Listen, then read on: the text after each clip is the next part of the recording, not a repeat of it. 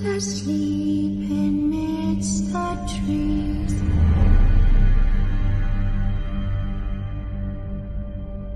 Bats all are swaying in the breeze. But one so light, anxious, wide awake, fearing all manner of ghouls, hags and wraiths. For your dolly Polly sleep has flown, don't dare let her tremble alone. For the witcher, heartless cold, paid in coin of gold. He comes, he'll go, leave naught behind but heartache and woe. Deep, deep woe.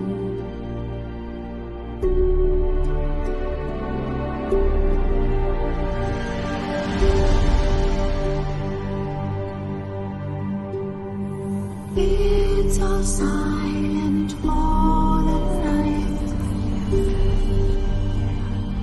Cows trembling as daylight dies.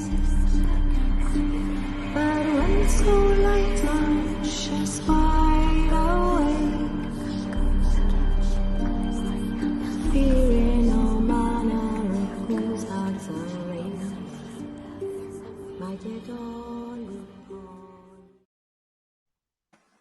Hi everyone, and welcome to the Haunted Connections show. We're bringing this to you from the Haunted Antiques Paranormal Research Centre in Hinckley, Leicester, and we are sponsored by Sims Vintage Antiques in Wootton Warren near Stratford. So a big welcome to everyone. So tonight we have the lovely Kay Malloney with us, and we're going to be talking about Kabbalah and mediumship. I'm not sure if I said that properly, but and of course I have my lovely assistant. Evening, everybody. Yeah, welcome, Kay. Hello, thank you for having me. That's okay. It's nice to see you. Well, we've never chatted before, have we?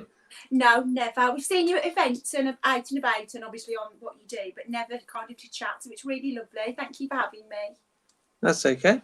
And we've got Craig on next week. So that's your husband, isn't it? My hubby, yeah. Craig does paranormal, so he's all ITC and kit.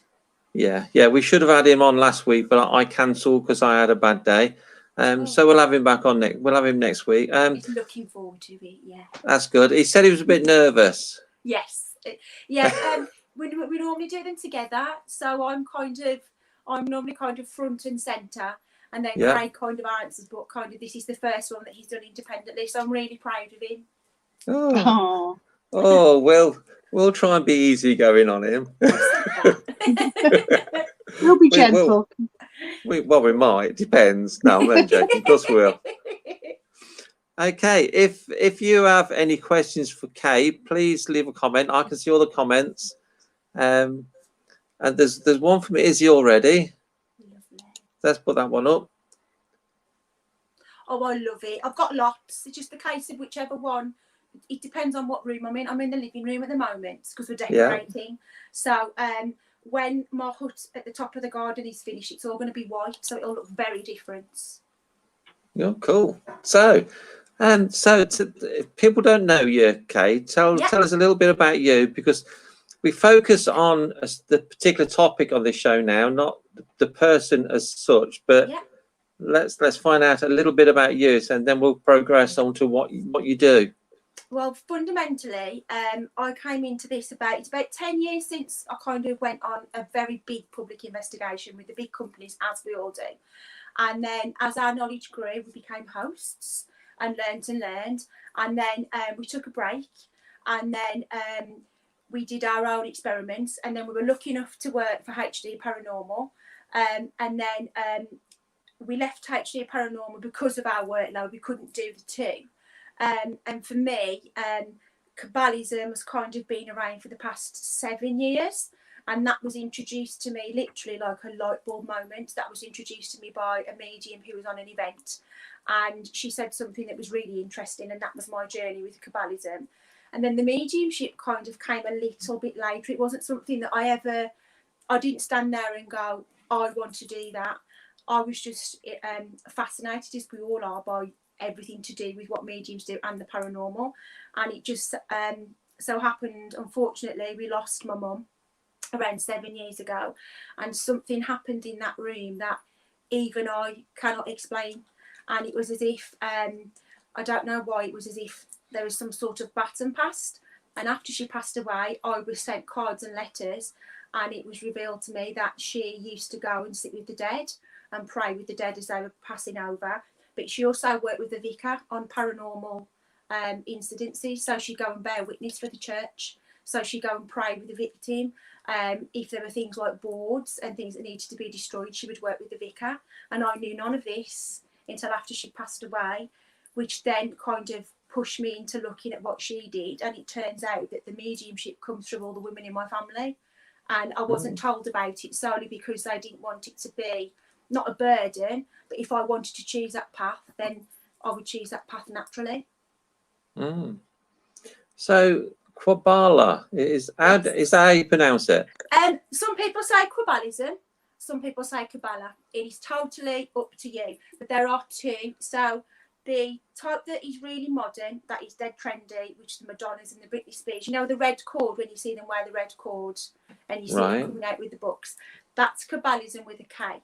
And that is similar to what I do, but it is more steeped in the Jewish mysticism, and it is very cut back. It is kind of like, do you remember when the Alpha Course was launched in 2000 to get people back into Christianity? It was the same kind of thing as that. It was to get people back to what they classed as their roots. Mine is, the traditionalists, the purists call it Quabalism, but I just say Kabbalism for the ease of talking to people.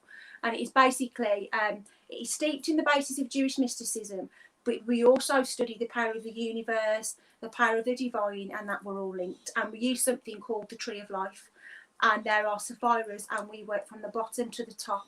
And typically we won't get to the top. It's a life's work. It's kind of in each new life, because we believe in reincarnation. I believe in reincarnation by choice, just because I feel that the things that I've experienced in this life, I don't want to repeat them again.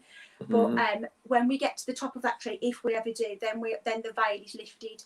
And when that veil is lifted, we are given all the secrets and the keys to the universe. That's the basic structure. But we're also encouraged along the way in each Sapphira. You not only learn about different deities. So I've got kind of Ganesha here, I've got Buddha. To my other side, I've got Krishna.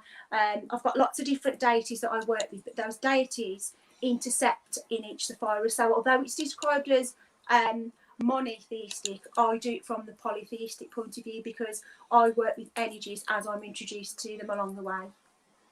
Okay, let's bring Jane in. Jane, you got anything to add? Because I don't know anything about this, I must admit. Well, lots of mediums work in lots of different ways, and we're all sort of drawn to a path. I feel that we're all sort of drawn to a certain path, and we don't really know what that path is until it opens up to us. So what sort of drew you down this path? We were at Dudley Castle, and there'd been something happen, and it had really shook me, because the information that came out across that board, nobody could possibly know. So we took it with a pinch of salt, thinking, okay. And we went home, and the medium said, look, if you want to talk about what's happened, contact me. So I did, and there was no pressure. And she just said to me that as a pure Kabbalist, we all meet one person who will cross our path, and then it's our life's duty to continue the teaching. And she said, my guide has said to me that you are someone who needs to be introduced. There's no pressure. So I went, and it was as if the light bulb went off. Everything that was explained to me was everything that I'd ever kind of thought about universe, life after death. I'd always enjoyed things like RE and philosophy, and did them as kind of my electives at uni when I did my degree, but never found anything that fitted. And when I found Kabbalism, it was as if all of those worlds could exist together for the benefit of not only me, but kind of the next version of me and beyond. Okay, let's put Izzy's comment up. We might look, yeah, Izzy says, it's amazing when you realize they are all connected and are the same beings, just with different names and different versions of different stories to suit each culture. Absolutely. Yeah, we are all energy. My view is that we're all singing from the same hymn sheet. So every culture has a faith, and it is just the way you believe and what your culture is as to which way you follow it. And for me, it wasn't that I didn't follow particularly any God. I believed in a higher thing. But then when I started studying, one of the main concepts is we let go of what doesn't serve us and to know yourself. Very famous thing by Aleister Crowley, but Aleister Crowley went off in a different direction with working with energy. But one of his main things was know thyself. And without knowing yourself, it's as if Kabbalism is a mirror and it tips everything into you, and you need to look in and work with yourself. Okay, let's put Colette's comment up. Colette says, I agree, we are all energy. Absolutely, Colette. Yeah, so do you see the same strain of thought of Jane? Sorry, say that again. Do you see that all this is the same as Kay's saying, being a medium? Yeah. Yes, I think I do follow a slightly different path, but I think that the communication from spirit is very similar. That's what we're all working with. That's working with energy, communicating with spirit. That's what sort of generally most people see as mediums. But I tend to work. You know, I connect with the energies and I see them and I hear them. That's when I draw them, and you know, we've got a lot of spirits up at the centre that we've done a lot of connection with, and everybody does work differently. People are. It's a bit difficult. I believe in the energy of the universe, but I believe that we're all connected, and I believe that there is everything is all connected. It's you know, we're connected to each other, we're connected to the environment, we're connected with nature, we're connected with everything, and that's where the all this energy comes from. And in the empty spaces around us, that's where I believe that the spirit world is, and that's where the spirits reside, in all these empty spaces around us. Fascinating. Let's put more comments up. Again, Izzy says, my first time, she's got an amazing energy and a vocal tone. Thank you. I just, like I say, I always say that I've been incredibly humbled by my experience with the Kabbalism, and when people say it literally tipped everything that my entire life on its head for the better. Everything became better, and the understanding kind of energy and universe just kind of like a light bulb moment. Craig will say that it's as if, you know, I just had a new baby, I just lost my mum, so my life was already on its head, and it wasn't that I was looking for the answers. I needed something to come along and go, you know, I was kind of in second chapter of life. I was 28, 29, and kind of life had kind of been wonderful up until that point. And for me, it was that turning point of which way are you going to go? Then Kabbalism came along, and it literally kind of propelled me into where I always needed to be. And from doing a lot of self-learning before then about kind of, well, is it Buddhism? You know, is it kind of, is being a Muji Hindu? And none of them quite fitted. And then obviously with the mediumship, that was what we believe in, is you go work through this as far as each of us are given gifts along the way. So like clairsentience, clairaudience, you know, it could just be that yours is wisdom, yours is to teach. And one of the things that came through for me was when I met my guide through one of the meditations, and it was the mediumship. So on events and different things were happening that weren't rational.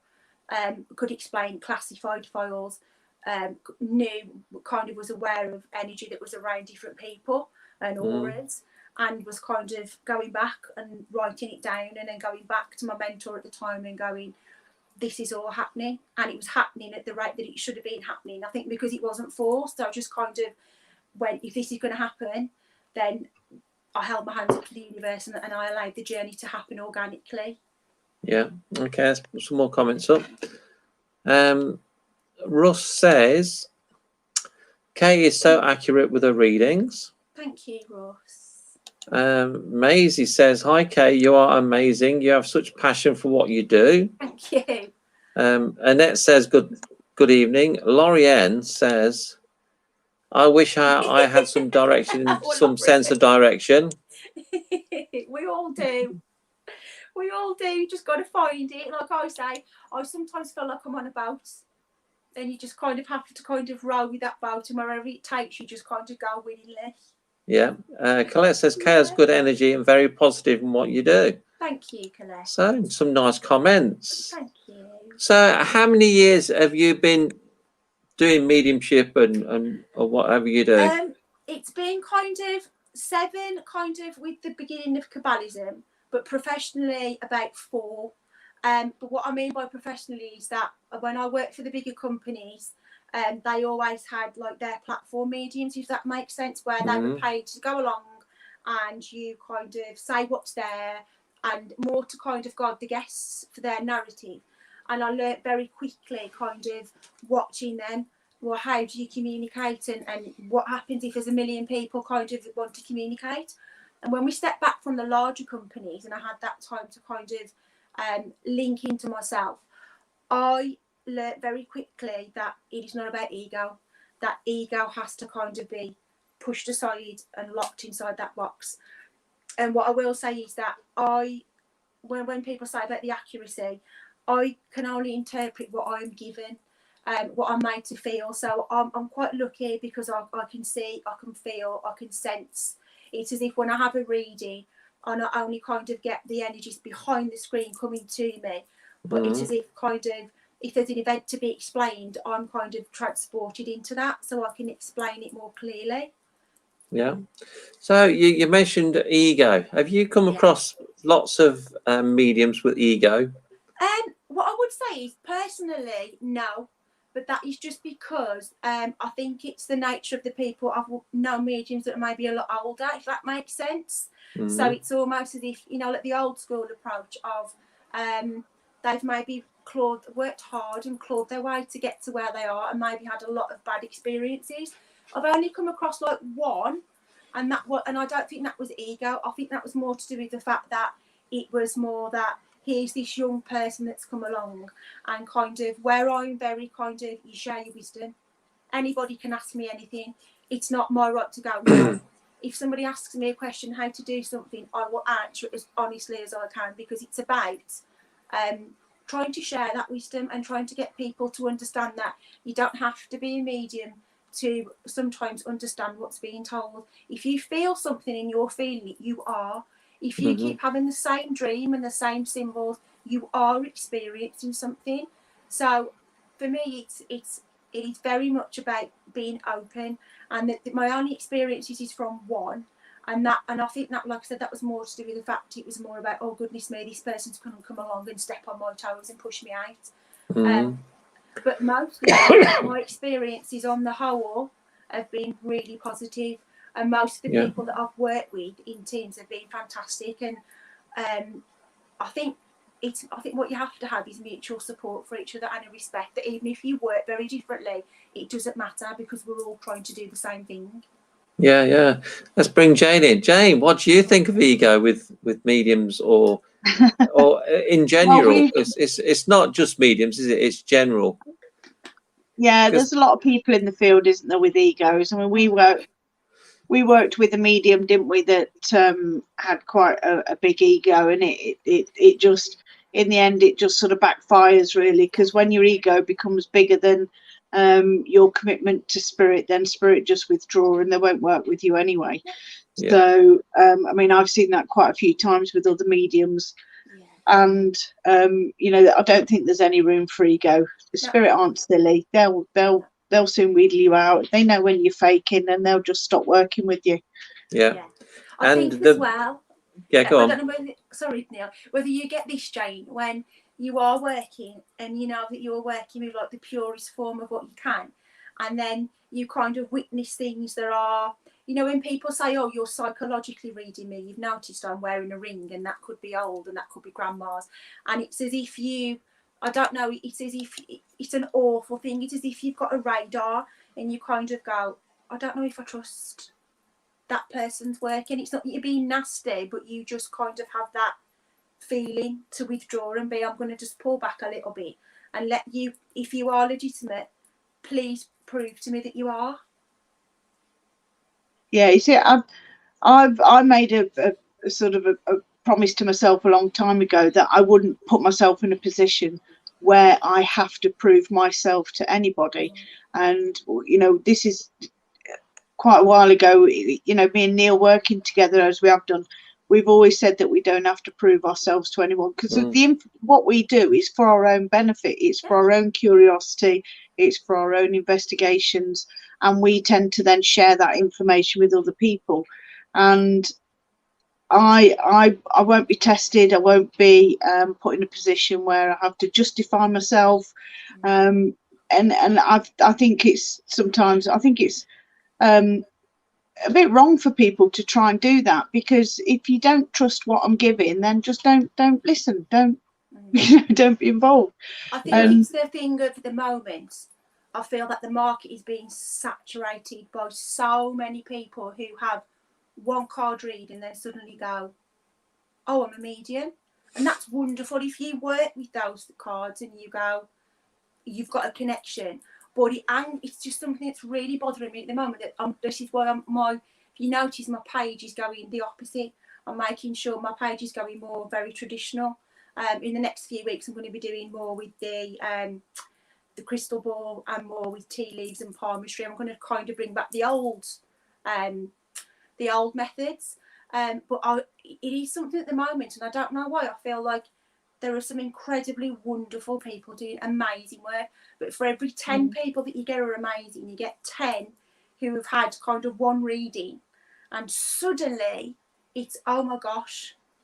And I don't know why. I don't feel I'm no more special than anybody else, but I think it's that thing of, I'm sure you know this, Jane, the dedication that it takes. We can't just walk into a room and go, there's somebody there. I'm sure you, very similar to me, you have preparation and you've worked really hard.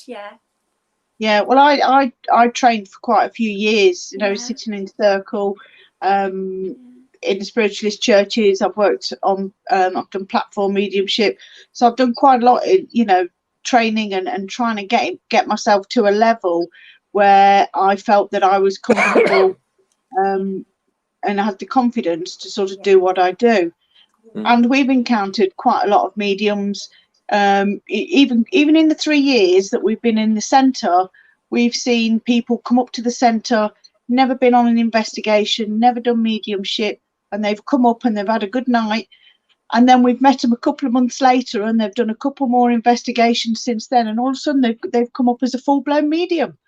And sometimes I just I just can't. It just leaves me speechless sometimes, because there's no insurance, there's no training, there's no diplomacy, there's no tact about how you talking to people or delivering messages, and sometimes that can be a bit damaging. It's almost as well. I felt like I had to kind of earn the wings to have medium, and I didn't before I even stepped into kind of work, it was like, oh gosh, you know, this is something that's got such importance, and it's so important to be not only to be relevant, but to kind of help people, and for people to feel secure, and for people to kind of want to kind of listen. And I just kind of felt for so long that for me, having psychic medium, I was almost like, oh gosh, have I earned it? Almost, that's how I felt before I worked professionally. Yeah. Where's Neil gone? Where you gone, Neil? I think we've lost him. What's going on? Come back. Oh, he suddenly went. We've lost him. Back in a moment. But yeah, I do. And I think for me, I think the main thing is it's a privilege and an honour. And before I do a reading as well, I always get that feeling of wanting to do my best for somebody. And I always state at the beginning, look, we work together. And if you ask that person to come through, we'll work together. And it's like a joint. You have to kind of link into their energy as well, almost. Yeah. Where's Neil gone?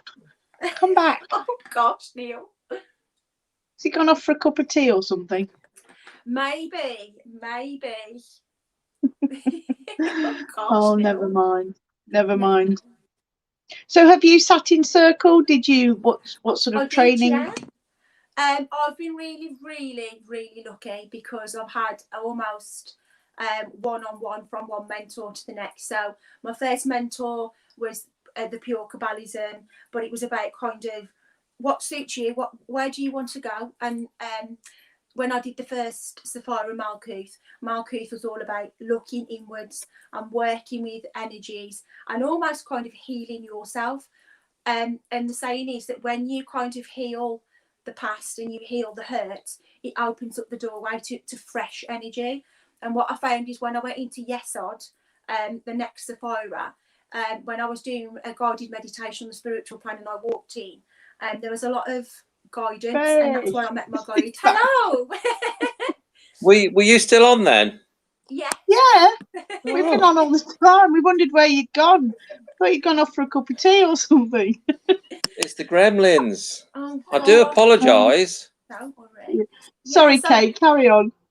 So in that Sapphira, I was presented with kind of the most surrealist thing I've ever had in my life and the most beautiful thing.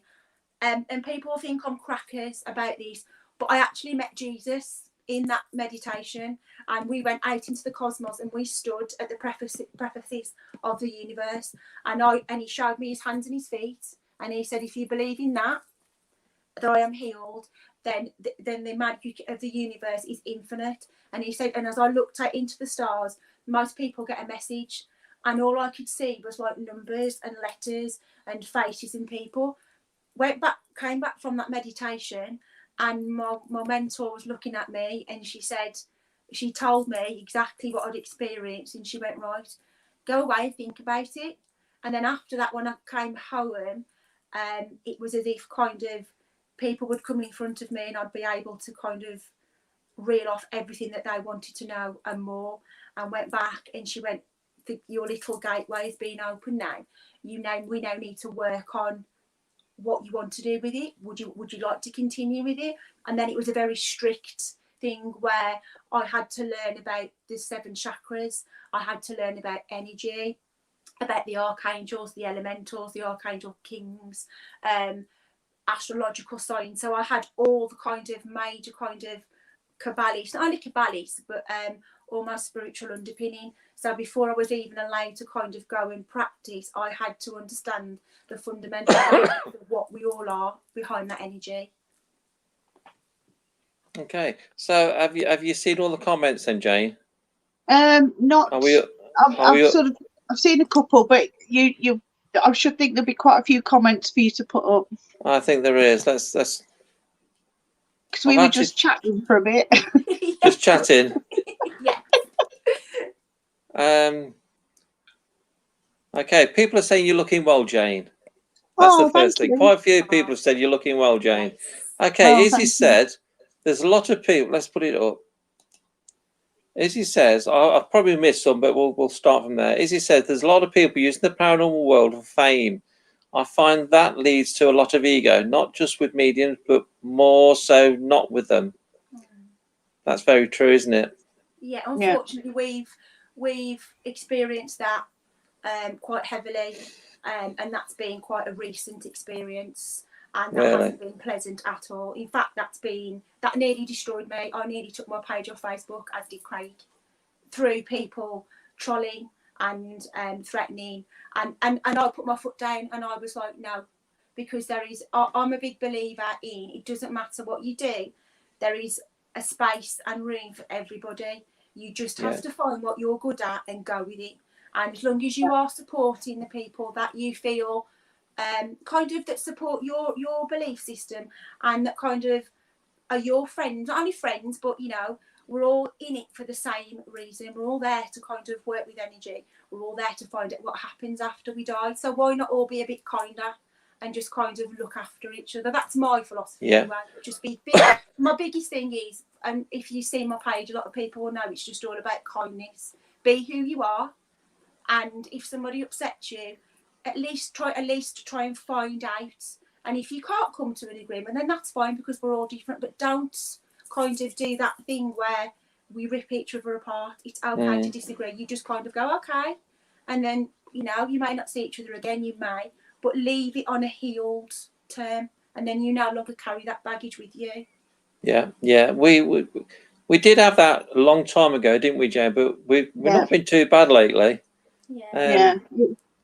You know, I think if people realise that we're all on an individual journey ourselves, and my path isn't the same as your path, and your path isn't the same as Neil's path, and we're all on these individual paths, and we all have individual experiences, and our opinions and our thoughts are all based on the experiences that we have, and not all of us are going to have the same experiences, so we're not going to share the same opinions and everything else.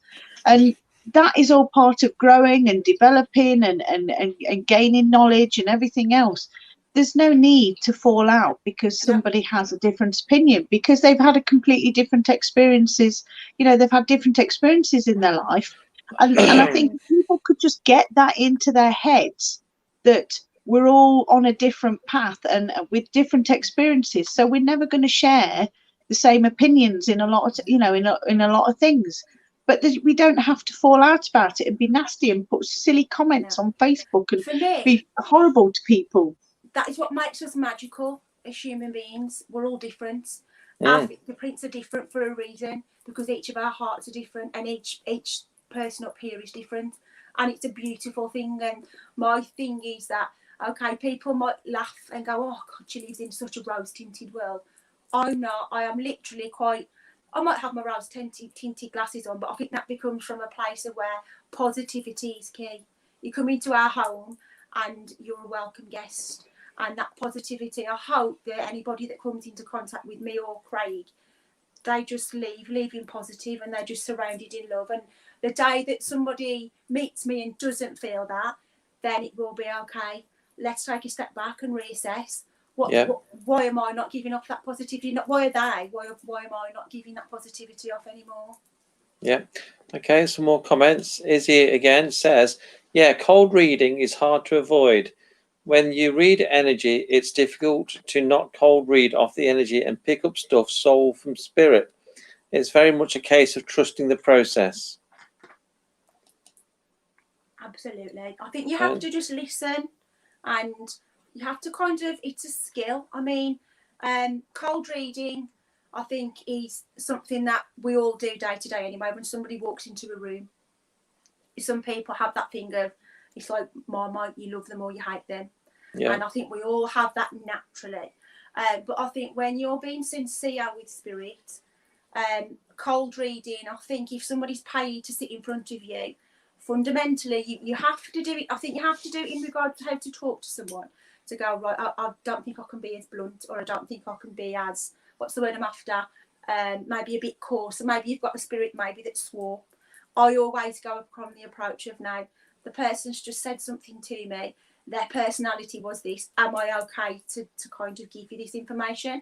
And I might say, it's a little bit coarse, have I got your permission to maybe swear or say it as it is? If people say no, then I will always say, well, do you want that message, or would you like me to send it later and I'll write it down and you can then digest it? But I think if you're cold reading, so like I wear an old ring, someone could come up to me and go, oh, that's an old ring, is that from grandma or from whatever? And I just think that is, for personally, where the letdown is, because it should be coming from what you're feeling in here and here, as well as looking at the person, but ultimately you're looking at the energy that they give off, and you should be led by kind of, my guide in particular is quite good at, he's quite quick at reading, kind of going, bang, there's your information for like the introduction of how are you, until we get into spirit. But I think if you're going to cold read and look at someone's shoes and coat and bag, and you're going to judge them by, if they may be sat like this, and if you're going to read them as being rude or insensitive, I think straight away you've lost your connection, because you need to be sincere. So cold reading is a no-no for me, unfortunately. Okay, let's put Wendy's comment up. Wendy says, it's value, Jane. You are real and looking well on it. Well, thank you. Wonderful. Okay, that's some more comments. Sarah says, maybe he's popped the loo. We did say that, Sarah. No, I didn't. My internet went. It completely went, and you were just going round and round and round. Oh dear. Oh, Okay, we were having a lovely time. Yeah. okay. Sorry, Kay, we've lost you here. Izzy says, do you both ever find people confuse mediums and psychic? I personally am more psychic. I know you said you can't just walk into a room and say, oh, there's someone there, but I find that's exactly how it is for me. I actually struggle to gain spirit information when sitting with someone individually. It happens, but not very easily for me. So do you think people confuse mediums and psychics? I think so, but I think if you look at it on a greater scale, there's that fine line, isn't there? So what you've got to think is psychic is where there's that intuition of not only kind of the old-fashioned sitting in front of the ball and projecting future. Psychic is kind of the intuition of the maybe and the how be and the kind of we all travel the paths, and are you able to kind of pick up on, well, if you go that way, the ultimate will be that way. Where medium is intuitive, working with energy, and it is there. It is in you will notice, particularly when you work in it for a while, and you notice maybe somebody that's developing. It's almost as if you see that glow in them. You know, they say the spirits see the lights above our heads. You will see that glow, and that is kind of, I call it like that, the duality effect, where their energy and the energy in the room from spirit is connecting. And that should, I personally think that should happen naturally. It shouldn't be forced. However, I am in favour of spiritual development and people finding out, because I think if you don't dip your toes, you'll never know. It may be that my belief as a Kabbalist is that we all have something, a gift to offer the world, whether that's mentoring, whether it's just pure joy, or whether it is psychic mediumship, etc., etc. We are all unique, and it's up to each of us to find what that gift is, and almost to honour ourselves by developing it, whatever that gift is. So some people, it could be writing, it could be painting, it could be more physical aspects of being in a human shell, but we're all capable of one special gift. For me, it was mediumship. For many of my Kabbalist friends, it's been teaching. For many of them, it's been painting and drawing. So for many of us, it's not necessarily been spiritual gifts either, but we are all capable of one special thing in our lives. And I encourage everybody to go out and find out what that is, to give yourself more of a lift, but also it may be something that completely surprises you, as it did me. Yeah, I'll have to find my special gift then. You will. It will come. You just need to kind of, it may happen, like I say it really silly, it may happen in a dream. It may be that you're doing something and you go, I'm quite good at that. You know, it may not, but just trust the process. I'm good at coming up with crazy ideas that Jane just goes along with. Anyway, next comment. Mandy says, sorry, Kay, we've lost you here. Mandy says, love listening to your take on the field, Jane. I've had one very good experience, but many not so good, and some claiming to be mediums on organised paranormal nights who are very much on the belief that the night is about them. Listening to your training experiences is the positive and genuine side of things, in my humble opinion. So that's very nice for Mandy. Yeah, we've come across at least one dodgy one, haven't we? Yeah. I've skipped a lot of comments now. Okay, let's put Colette's comment up. Got very bad in the Spiritist church. The people who run the church at the time became very nasty to her and a few others. I just walked away in the end. Yeah, I've had to do the same this year. Yeah. That's a shame, isn't it?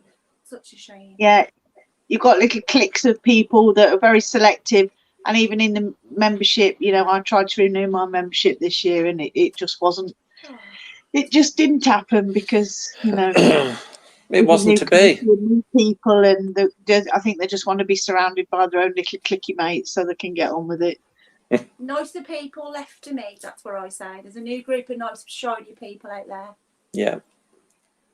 Terry says, cold reading is more like general statements that can be used to the general population. Yeah. Yeah, you see, I just going back to the psychic bit and that, I sort of see cold reading sometimes as people working psychically. Because for me, I mean, this is my personal opinion, but when you're working psychically, it's when you're tapping into the energy of the living person that's sort of in front of you, and you're picking up sort of stuff from that, you know, on a psychic level. I don't do that. I try not to do it. If I'm in somebody else's energy and I just switch it off and I block it out. I like to just work with dead people. You know, I class myself as a spiritual medium, and I only want to work with spirit. So when people start to do the cold reading, in my opinion, that's when they're starting to work psychically, and they're tapping into that living energy of the person. And I've seen it before with platform mediums as well. Once they've lost the link spiritually and they've lost spirit, and they then switch to sort of working psychically, you can tell when people are doing that. You can see it, you can feel it, and there is a difference. Do you almost see that?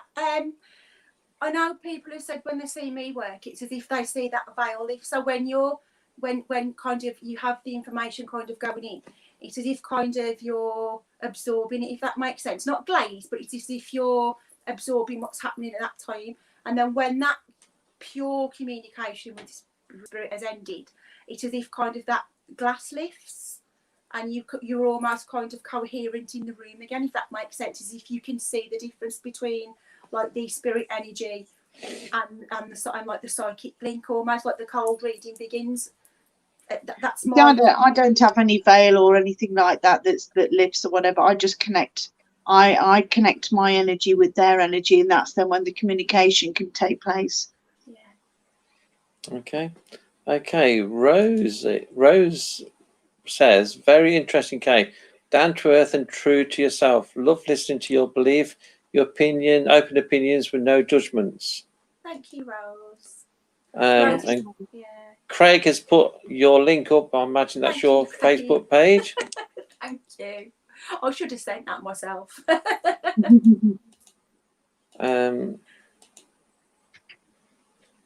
Someone says, have I missed much? Haunted Antiques. I don't know who that is.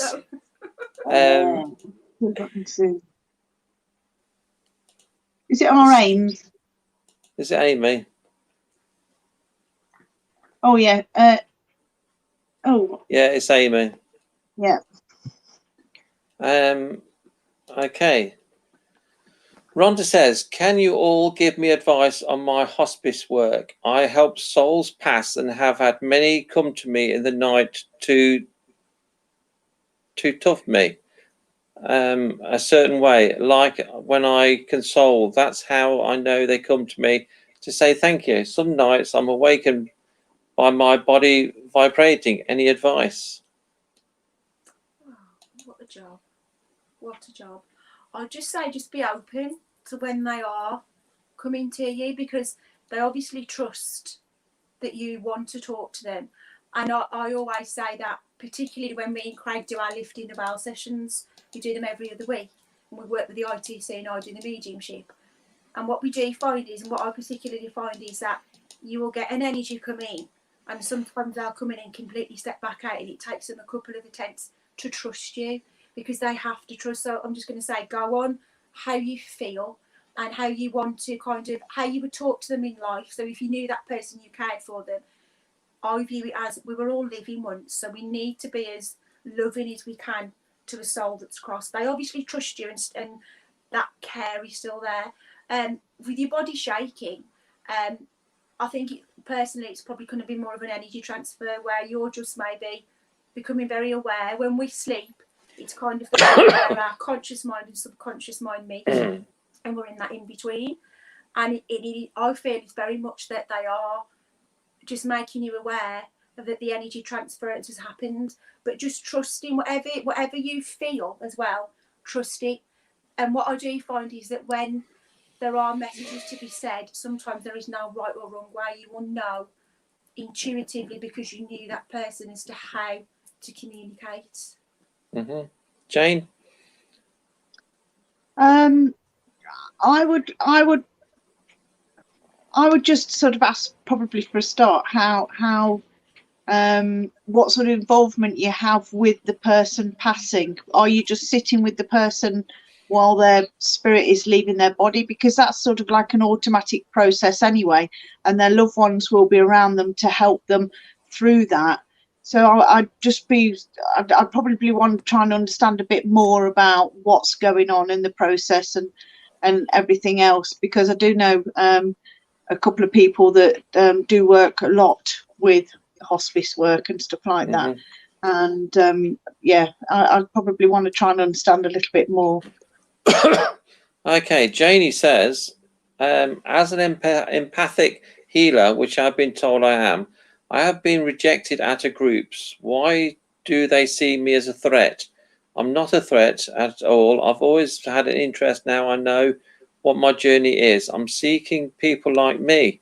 But like I say, after rejection, I feel, why should I bother? Oh, what an awful experience, Janie. What an awful... that makes me feel really sad, because anybody that is experiencing things, you wouldn't be asking for help if you quite clearly weren't experiencing these things. And I think it's a shame, because no one is a threat to anybody, whatever the capacity, you know, whatever career you're in. And you should never be a threat. It should all be about kind of being able to go openly to someone and saying, I'm experiencing this, and that person going, okay then, how can I help? And that is what it's about, being able, I think, like we said, the same thing as the fingerprint, what makes us all magical is that we're all different, and we should be opening our hearts and our wisdom and be passing on that wisdom. As a Kabbalist, it is about passing on wisdom that has already passed me, but also being able to kind of maintain that wisdom. And I wouldn't be a Kabbalist, I couldn't sit here today and call myself a Kabbalist if I wasn't helping people. And it really upsets me when people are made to feel like that. So I'm really sorry, Janie, that you've experienced that. Yeah, there's no reason for that at all. Well, I would probably say it might be more to do with rules and regulations, possibly. Not that they see you as a threat, but I did spiritual healing for about 4 years, and 2 years of that, the first 2 years, was just helping out, and that was to sort of get training before I even started to sort of train properly as a healer as such. But the registration, the rules, the insurance, when you're doing hands-on healing with people, you're actually making physical contact with people, and there can be all sorts of insurance claims. You can be accused of doing all sorts of things. You can be accused of touching people inappropriately. It's an absolute minefield, and it's probably not that they don't trust you or they see you as a threat. It might be that you may need to sort of perhaps look at a different route into doing the healing that sort of conforms with all the insurance and all the registration and everything else that goes along with healing and sort of laying hands on people and doing that sort of thing. Okay, let's put Izzy's comment up. It's a long one. We're going to lose Kay again. Izzy says, see how I understand it, being married to a medium and me being a psychic and using the definition of a medium. Mediumistic ability is a middle person, someone who can connect with spirit from one world to the next, i.e. here and the spirit world, where as psychic ability tends to cover energy of people, places and experiences of a past, present and future. There is definitely a distinct overlap, but it's an interesting debate nonetheless. Thank you for your explanation. It's interesting to see. Blimey, that took a long time to read, let alone type. Then she says, Izzy again, thank you, Jane. That's exactly what I was trying to say. Thanks so much for explaining. Okay, Is that the healing, about the healing? I'm not sure, because there's so many comments. I can't keep track of them. Okay, here's the one for you from Sarah. Not sure if you can answer my question, but if someone was deaf when alive, would they still be deaf in the spirit world? Who do you want to go first? Yeah, I've Okay. got two views on this. The the pure Kabbalist in me, and from all my literature, would say no. And that is, and this differs from what I would say. The Kabbalist in me and the purist from all of my literature from over the years says that one of the processes of when we cross over and they lift the veil and the wonders of the universe are revealed and the history of the universe and where we came from is revealed. After we do that, the moment which we cross over, we are led over by our guides and our loved ones. We go into a room where we are met by loved ones, where we have the reunion of sorts that we all crave for. After that point, we then go back and we go and we help our loved ones through the process of grieving for about 8 or 9 weeks, which is why people tend to experience that they're still with me. Once they've guided them through the initial grief process, we then go back to that plane where the veil was lifted and we go into what we call the healing room, which is the hospital room.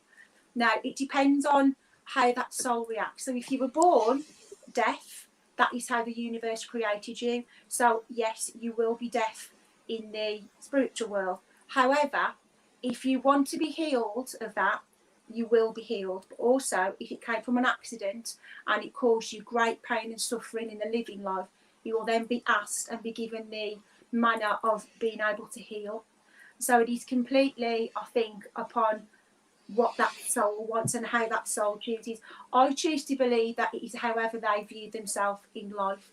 And I think it's pretty wrong of me to say either way, because I know that if I was born deaf, having done this for a degree, part of my degree, it's a very big part of identity, particularly if you consider yourself capital D. It's a very big part of who you are. So to take that away in the spirit world and be healed, is that taking a sense of the identity away? Working how I work now, I have when spirits come to me and I have been healed, I get the white light I'm healed.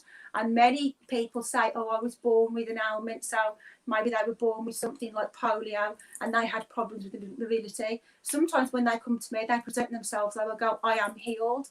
But I personally think that is because they have chosen to have that, to present themselves that way in spirit, and they have chosen for their afterlife to be healed. Mm-hmm. Jane, what's your take? I would say, I think, what was the question again? I know she said about that. If you're born deaf, if they're deaf when they died, okay, let me put it up again then. Not sure if you can answer my question, but if someone was deaf when alive, would they still be deaf in the spirit world? I would say no. I know I'm not slightly different, but if you think you're a spiritual being in a physical body, once your body dies, your spirit is then set free. So once your spirit is free, you no longer have ears, you no longer have an eardrum, you no longer have the physical body that puts these ailments on you. You know, if you were born deaf, that spirit goes into your body when your fetus is about 5-6 weeks old. Once your heart starts to beat, that's when your soul goes into your body. And you, as a soul, you do choose your parents and you choose the body that you go into. So there must be some lessons that soul needs to learn by going into a body that's going to be giving deafness. Okay. I would say no. Once you lose your body, any physical ailments would disappear with that physical body. I struggle with that concept, because why would you be born potentially into someone that suffers? Having watched someone that died from suffering, she wouldn't have chosen to suffer. So I very find that quite, I don't know, it doesn't sit comfortably. Why would you choose to suffer in a new life when your karmic debt is attributed, this notion of karma? A lot of people seem to have quite a warped view. Kabbalists, we believe that it's not the notion of you tread on an ant and you've done something wrong. It is that thing of, why would you? We're very similar in Buddhism, that suffering does have to exist because we have to learn. But when it comes to physical ailments and suffering of the physical body, I struggle heavily with wanting to choose suffering. And I think if I choose to reincarnate again, which I don't think I want to, having witnessed suffering by people that were very religious, why would God want to inflict suffering on them by choice? Yeah, you see, that's probably where we slightly differ, because I don't believe in in a God probably as you do. I believe in the No, I don't believe in a God. spiritual. I believe in the universe and the universal energy. Yeah, so I believe in sort of the great spirit of the universe, if you like, and there is a bigger plan. And sometimes people come only for a short time and then they leave. They come and teach us the lessons that we need to learn and that they need to learn themselves, and then they go. Some people stay for a couple of years and then they go. Some people stay for a whole lifetime and then they leave. And it's all part of the master plan. And it is a shame when you know, children die or people die in accidents and their lives cut short, but that is all part of the master plan, and unfortunately some people don't stay with us a long time. Okay, let's put the next call. This is a bit of a question. Rhonda says, may I also ask, I prayed over my brother who was brain dead from a drug overdose. I prayed for him so fervently excuse me, and giving myself to God for him to have his life back. I was thrown back by a powerful energy that made me not feel very well. He was taken off life support and sat up and started asking where he was. He is alive now, except he hates me. How can I fix this? Right, Kay? I think you've just got to give the energy out into the universe, because this isn't, as a Kabbalist, you are taught not to force. We are taught to surrender sometimes to the uncomfortableness of nature. So know thyself is looking in, and if you can, like you've said, you love your brother and you've fervently prayed over him for his soul to help.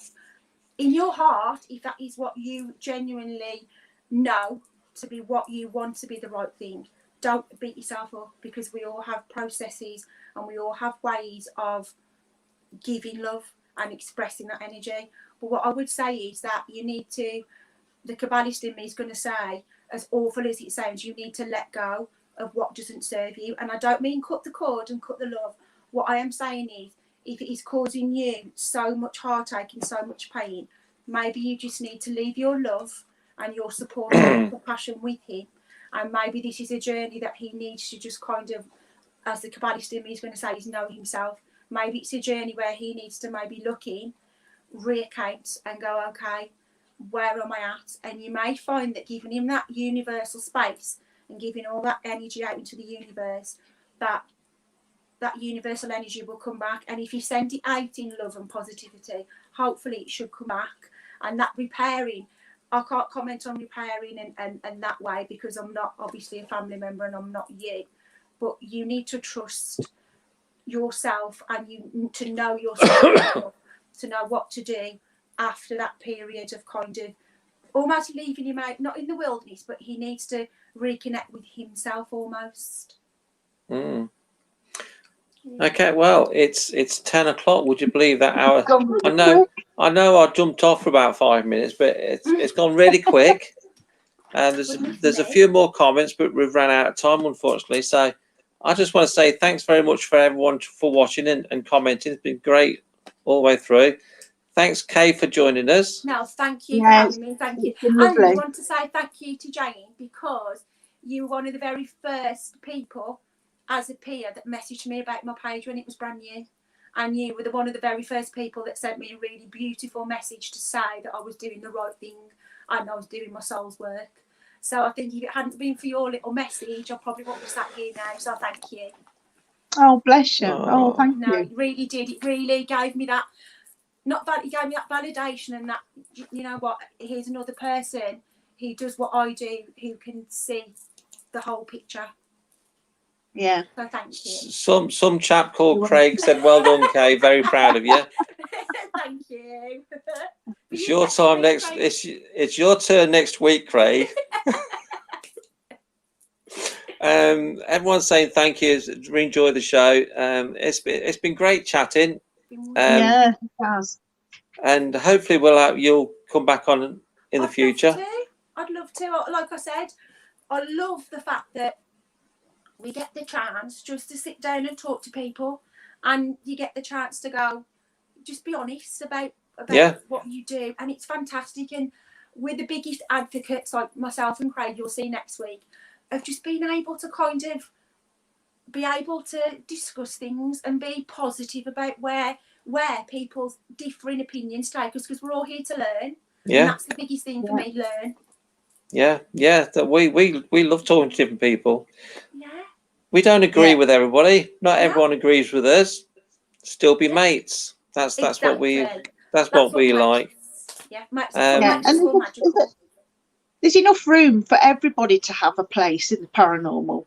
You know, however different we are, there's enough room for everybody to have a place.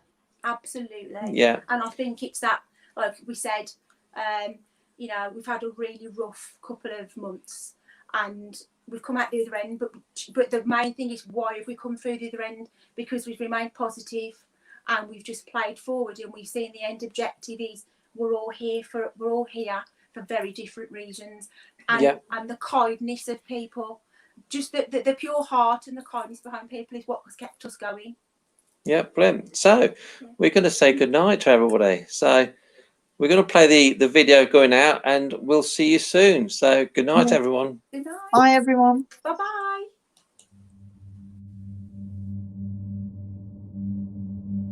Was asleep in midst the